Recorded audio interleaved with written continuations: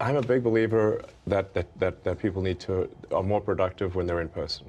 Look, there are some exceptions, but I kind of think that the whole notion of work from home is a bit like the fake Marie Antoinette quote, "Let them eat cake." Mm-hmm.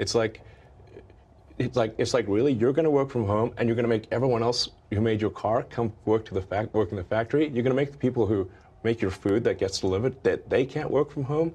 The people that come fix your house, they can't work from home, but you can? Does that seem morally right? That's messed up. You see it as a moral issue? Yes. I mean, I see it more as just it's a productivity issue, but it's also a moral issue.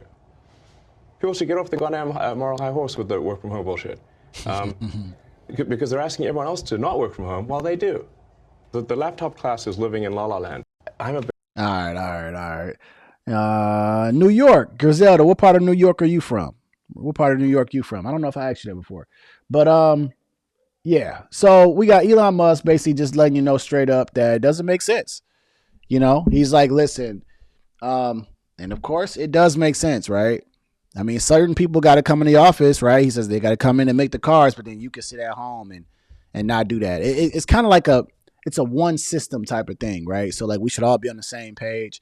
I think you can mix up the working from home depending on what department you're in. And like I said, I think if you're a woman with kids, then I think you can give them like 1 day a week, you know what I'm saying? Or you can kind of hybrid them a little bit depending on their role. Because women take on a lot, you know, when it comes to the kids. But I think that when it comes to the federal government, go back to the office. Like there was a time you went to the office every day. Like let's not become spoiled, right? Are you from Manhattan? Manhattan, I heard that's like the good spot. That's the Richie Rich spot up there in Manhattan. I might be wrong. I'm still trying to learn New York. But I think this makes sense, right? I mean, one point they went into work every day and then we get spoiled, right? It's just like the interest rates, right? We got spoiled with 3% interest rates. So obviously the interest rates are still horrible right now. But, you know, even when they get down to 5% or 4.5% or something, we're going to say, well, it's not the 2% and 3% I got during COVID. We become spoiled. These folks need to go back to the office. You're getting paid with taxpayers' money.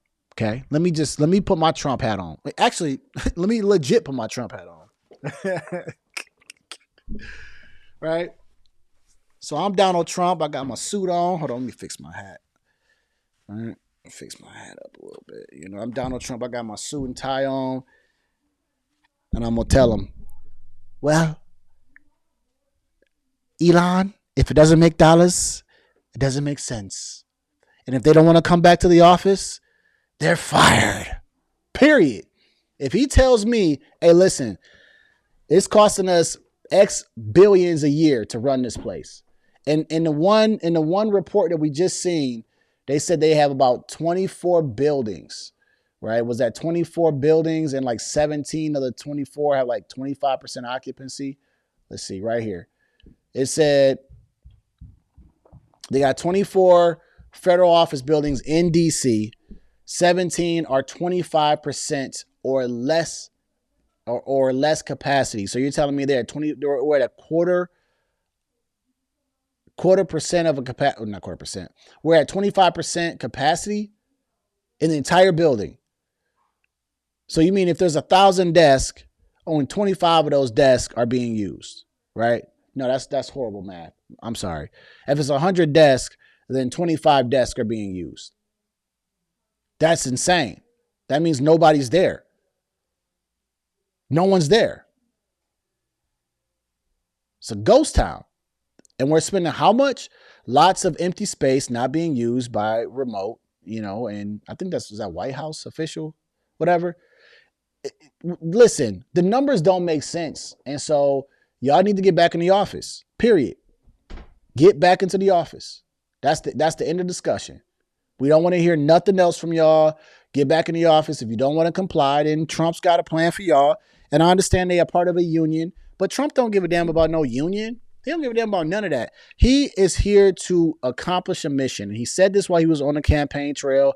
This is exactly why he has DOGE. This is why he hired Vivek and Elon. And he's going to make sure he follows that.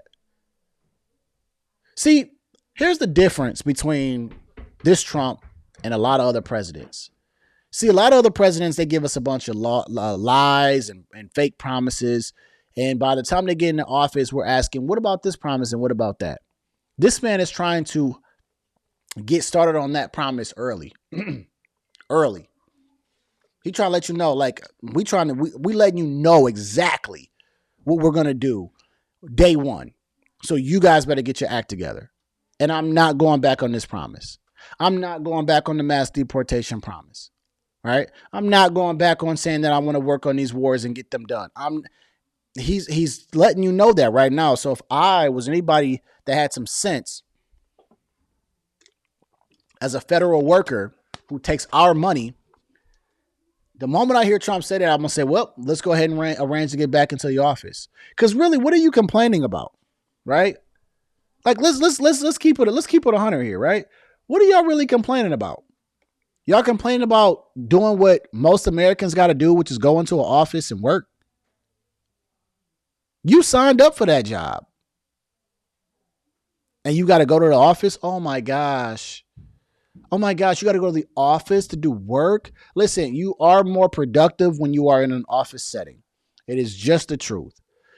It's probably a very small percentage of people that actually are just as productive at home than they are at work. When you're at work and you're sitting at a desk and your child isn't running around and you're telling your child to sit down every 2 seconds and your dog is doing crazy stuff, you're able to be in an office away from everything and you're around everyone else who's working in the same company and you're forced to work. You're forced to use the resources of the job. And so guess what? As a company, every minute that you're there, I'm making use of my money. When you're at home, there's not a guarantee that I'm getting every minute out of your day. I might only get you out of that hour. I might only really be paying you for 20 minutes. I might only be paying you for 20 minutes, and the rest of the minutes, I'm wasting my time and I'm wasting my money. Get back in the office. Save us some money. Or Trump, hey, do what you got to do, Trump. Listen, they hired a bunch of IRS agents to come after us to take the money from us as citizens. They hired thousands of them. So if you got to get rid of thousands or millions of federal workers who don't want to come back to work in the office to save us money, so be it. So be it. I'll take it. They want to come after our pockets. Well, we'll come after theirs if they don't want to come back in the office. How's that? How's that sound? Wait a minute. That sounds like a deal.